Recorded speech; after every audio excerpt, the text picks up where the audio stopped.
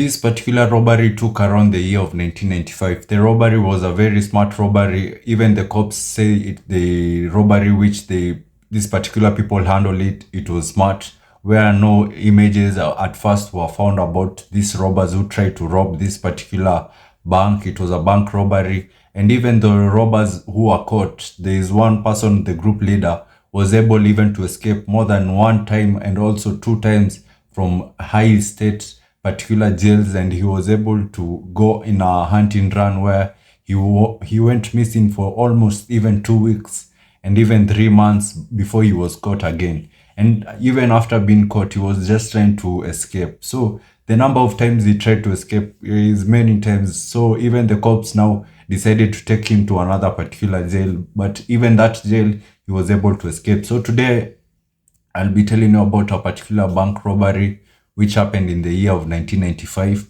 And the way it started, it was a funny bank robbery. It was not like the other bank robberies where you see people going to the bank and trying to rob. This particular bank robbery started in the home of the particular bank teller of that bank. And it wasn't a direct robbery where cashiers and everybody was at work trying to rob. So this particular robbery happened where they targeted the bank teller of that particular bank, and after targeting the bank teller, they targeted the family, where if they took the family as hostages, they'll be able to make the bank teller be able to open the safe and also the doors of that particular vault of that bank. And this heist was carried out by some black Americans at the year of, again, I said 1995 in October. So this bank robbery started where this particular family, the family of the bank teller, where the mother and also the father, they were taking care of their the young child of their daughter, which is also can be said as a grandchild. So they were taking care of her before the mother came to pick her. Well, it was usually for them to be where the daughter will stay with their grandparents on Fridays. And after staying on Friday, the mother will come and pick this daughter at Friday afternoon or Friday in the evening. So that day they had already known the activities of this particular bank teller, and they had already known everything, which the moves which she makes and the time which she comes to pick up her child. So what they did when the particular grandparents were bringing the child to their home, what they did is when they were coming, when they were trying to open the particular garage of the car of the house, the garage was not opening. So what the particular father of that bank teller did, he tried to go and check if the particular garage's door is broken. So he entered in the house. After entering inside the house, he saw that people were waiting for him, which were masked people. There were three people which were masked, and they had guns. One had a shotgun, the other one had a pistol, and also the other one also had a pistol.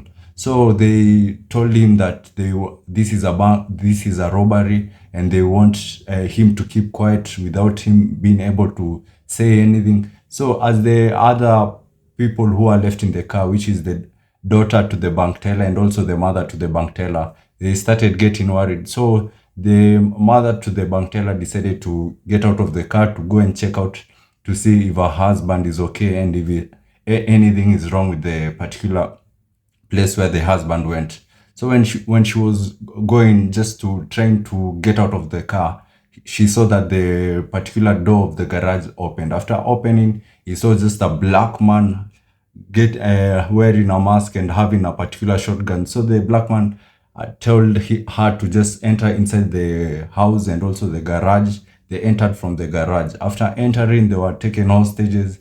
They were put ropes on them, and they were told that the main agenda of this particular thing which they are doing to them is that they want their daughter to tell them the combination of the bank, and they were made to stay silent for almost, it was from lunchtime until, let's say, around there 7 p.m. at night. The dark was getting even more darker. So it was a routine it was obvious for the daughter to come and pick her own daughter.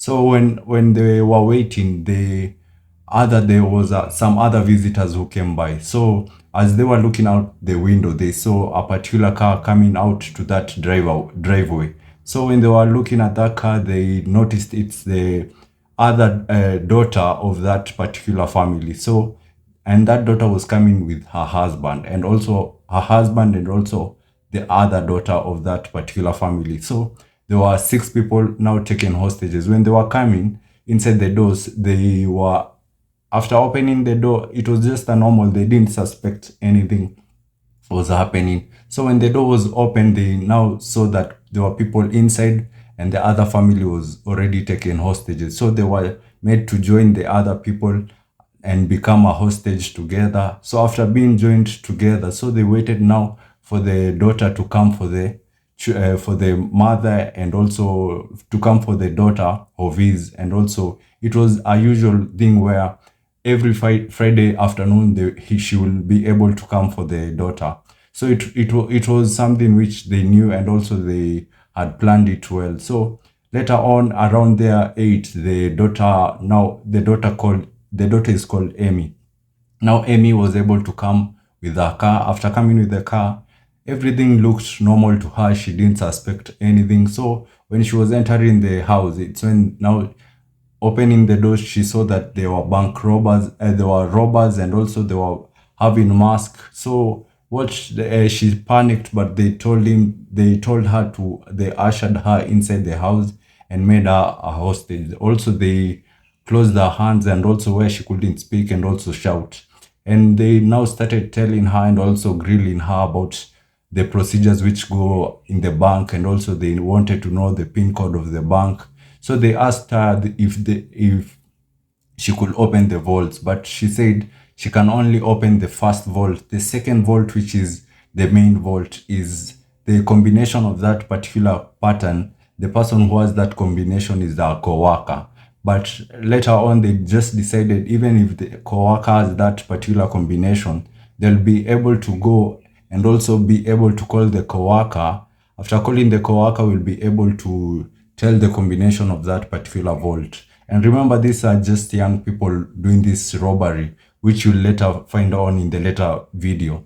So after grilling Amy and also asking Amy about the procedures of that particular bank, now they were ready to go with Amy so that Amy could be able to open for them the bank and be able to open for them the vault. So what they did, they divided themselves. Only one person went together with Amy to that particular bank, and they left the other two people to guard the six members of that family. So Amy went with the group leader of that particular group, and when they were going to the bank, they were able to enter the bank successfully. And after entering the bank, they saw Amy had told the truth about that particular vault. The inner vault, she doesn't have the combination. So when that particular bank robber realized that Amy doesn't have the combinations at all, he told Amy that she should call the co-worker and tell the co-worker to tell her the combination. So when they called the co-worker at first, she was adamant to tell Amy the combinations of the vault, but Amy told her that her family is in danger, and the co-worker wasn't believing. So the other person who was the bank robber who had escorted Amy had to go on the phone and tell the co-worker that this is a serious case, and if she doesn't tell Amy the combination, she'll be able to kill Amy. So the co-worker now decided just to tell the combination. At first, Amy was very adamant in trying to put the combination. The first attempt of her putting the combination, she got it wrong, which she was at a little bit shaky. Remember that at that time, this robber is on phone with the other co-worker, trying to keep her engaged so she can't call the particular cops. And remember, at that time in 1995, it's when people were using landlines, and also phones were not particular common. So that phone which you are called with is the particular only phone which can be available. Maybe even if you go to your neighbor, you cannot find another phone. So they had to engage her on the phone.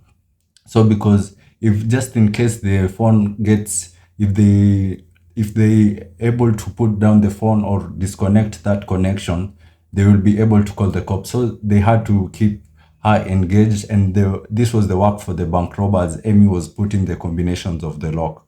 So after Amy first combination was wrong, the bank robber threatened Amy that if she doesn't put it right, so because now they were thinking that that it is the coworker who gave them the wrong combination. But when Amy was putting the second combination, she was able to get it right, and the vault opened.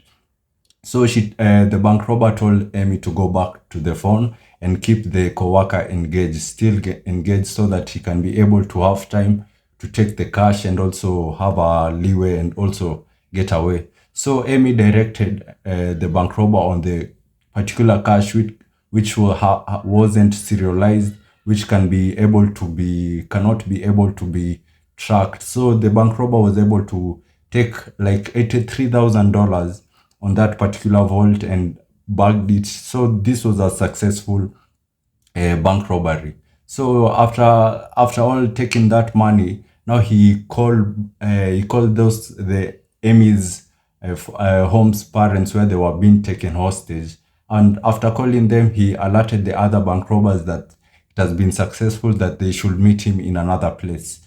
So after doing that, now this particular leader of that particular bank robbery now left that bank and left Amy alone. So what Amy did, the first thing which Amy did was she turned on the particular alarm system, which will alert the particular police officers that the bank has been, there are some intruders in the bank, and the bank is ongoing, it's currently ongoing with a particular haste.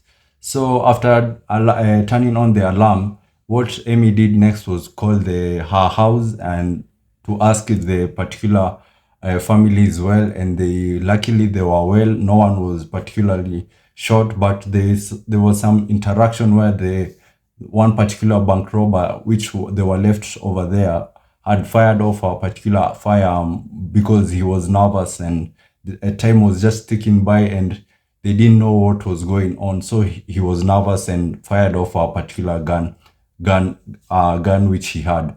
So this bank robber was going to a particular place where these two will be able to meet. So after all that happened, the people had already left the house, luckily. So when Amy now was in that, she remained on that particular bank where she could be able to meet the police, and the police will be able to interrogate her. And after the police being able to interrogate her, she was able to tell the police that even she tried to pass the robber in a particular ATM where the cameras will be able to pick that bank robber. But unfortunately, that at that time the cameras were off, and also the CCTVs of that particular bank were also turned off by Amy because of the directions which the robber gave them. So the FBI were able to be called in this particular case, and also the people in that state where the family were held hostages, the police were able to be informed so that they can be the first ones to go to that particular house and check if everything is okay. So they went, the police which were in that Amy's parents' house, they were able to be called, and they were able to go to that house and also interrogate them and see if they were alive and if anybody was harmed. To their luck, and also it was a good fortune to find them, they were alive and no one was harmed. So as they were doing some investigations, they saw that the bank robbers were trying to get away with a particular car. So when they were reversing, the car got stuck in a particular ditch. So these bank robbers had to go on foot, and so that they can go to their destination. So this gives the particular police a clue where the bank robbers will be, and also the proximity where the bank robbers might be. So they started a manhunt and also started hunting for the bank robbers. At that time, they found particular weapons which the bank robbers had left on the way when they were escaping, and also found clothes. So they decided to look for also fingerprints in that particular house and see if the bank robbers had left any fingerprints. But to their unfortunate and also not to their luck, they found there was no fingerprints because these bank robbers had worn gloves doing this particular mission. But the only place where they found fingerprints was in the car, which they was stuck in the ditch, which they wanted to use to run away with them. So after looking, and also now the police were alerted that the particular area should be on close proximity, and also the cops were told that if you see two people walking and also any two people, they should all inform them, and also they should apprehend them. So there was on the like, let's say 2 kilometers from that particular incident, there was a particular cop which was doing some patrol. He was able to see two black people walking by the road, and he was able to stop them and ask them were they, where were they coming from, and what were they doing. And these two people were able to say that they were playing basketball and they were very tired, they wanted to go home.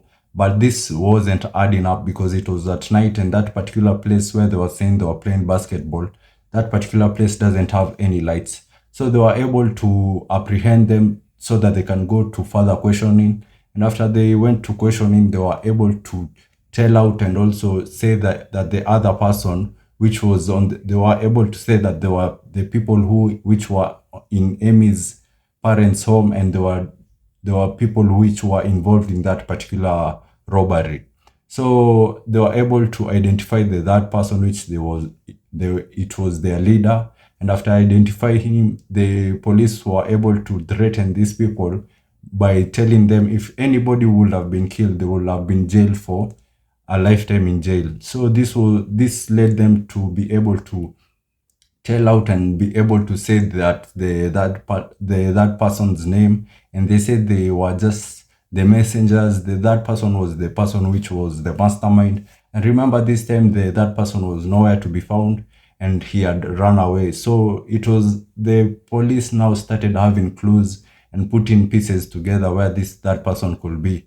So, but luckily they got a particular phone number, where this phone number had a number where they'll be able to reach in contact with that person. And that person, the mastermind, was called he was called Christopher. He was called Christopher. So they were able to say also his name, and they were able to now identify him, because Christopher was a person which was also caught with many offenses which he had committed, and not more than, it was even more than 2 offenses which he had committed. He had committed burglary, so he was on the offenders list. So they were able to take this number, which there was a number where they will be able to call it, so that these three can meet the bank robbers and be able to issue out their own share of cash. So the FBI were able to call this number, and the person which answered was Christopher.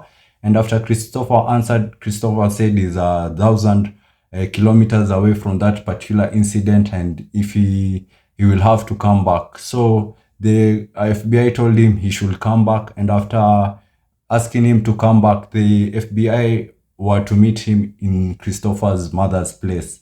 So after, it was around there midnight, and this incident happened around 9 there. When it reached midnight, now Christopher came up with a car, and the person which was sitting next to him was the girlfriend of Christopher. And Christopher said that all this time the bank robbery was happening, he was in the particular house of his girlfriend. So the police weren't believing this, because it wasn't adding up. And also they grilled the girlfriend, and the girlfriend denied anything, and also said that she wasn't with Christopher. So Christopher now story was determined to be false. Now Christopher now decided to tell another story, which he changed the story and said he was selling some drugs in a particular state, but also this story wasn't adding up. So the police now told Christopher that the particular his case was very big, and he was to be charged with six accounts of robbery, and six accusations were on him. So Christopher now started breaking, and he was able to now confess that he was the person and also the mastermind of that particular robbery. So what the police did, they took him to court, and after taking him to court, he was jailed for around 19 years.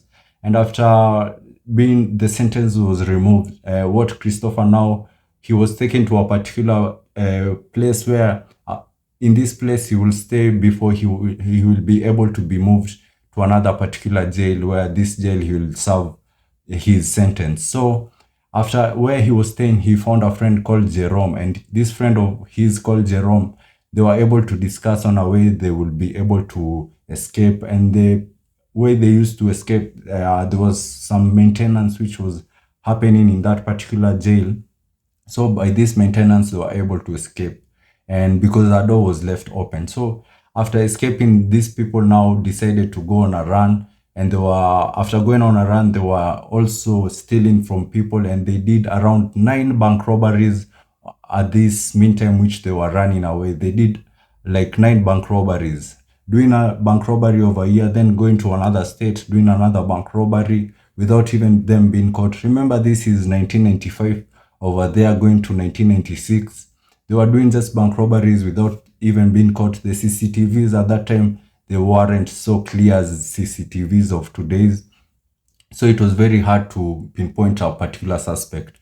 So after doing some bank robberies with the friend of his, which he found in jail, Jerome, and also Jerome was also acquitted for also bank robbery, and also he was acquitted for robbery.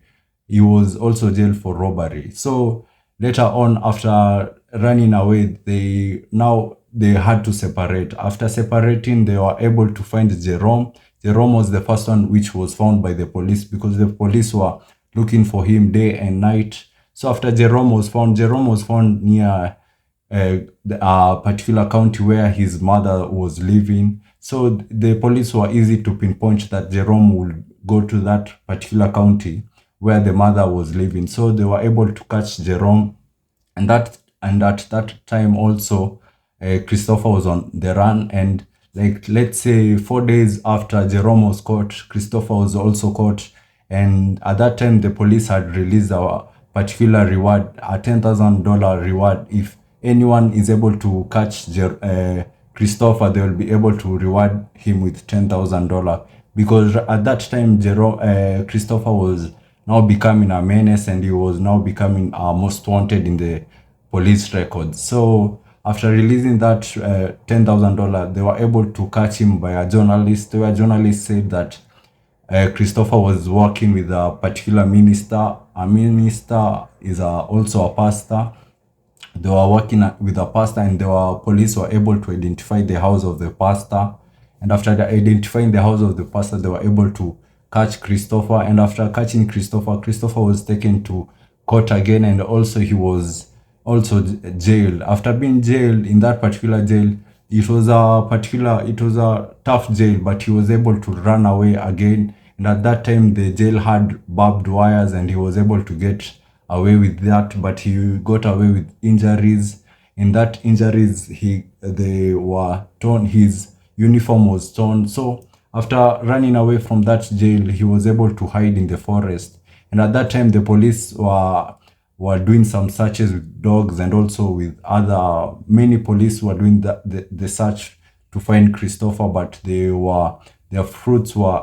didn't have any success in finding Christopher. So what the police did, they hired a particular helicopter which was having infrared, which will be able to detect anybody which was hiding, and be it in the bushes or in the trees. By just your heat signal, they'll be able to find you. So they used this helicopter, but they didn't catch him because Jerome was hiding inside water. So the body was called for the particular helicopter to sense his heat. So Jerome, like 4 days, it's when he was found. He was found in a particular county where he was trying to run away, but he was found and caught and taken to jail again. And after taking him to jail, he tried to escape.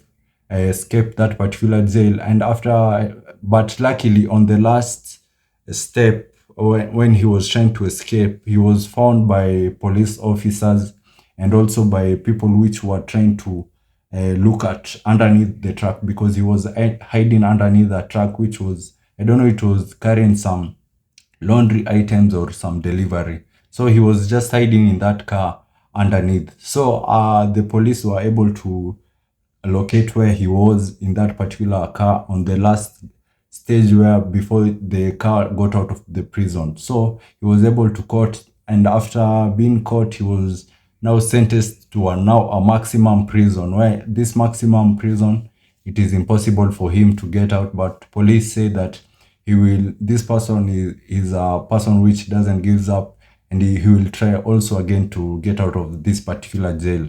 So that's the story of Christopher, and I hope you like this story about this particular bank robbery which happened in USA. It was a particular smart bank robbery if things would have gone by their way, but they made some simple mistakes which made them to be caught. So this is the story of the bank robbery and also the robber which wasn't giving up in escaping. So if you like this video, please give it a thumbs up and watch out for the next video. And please subscribe to this channel so you can watch more videos like this.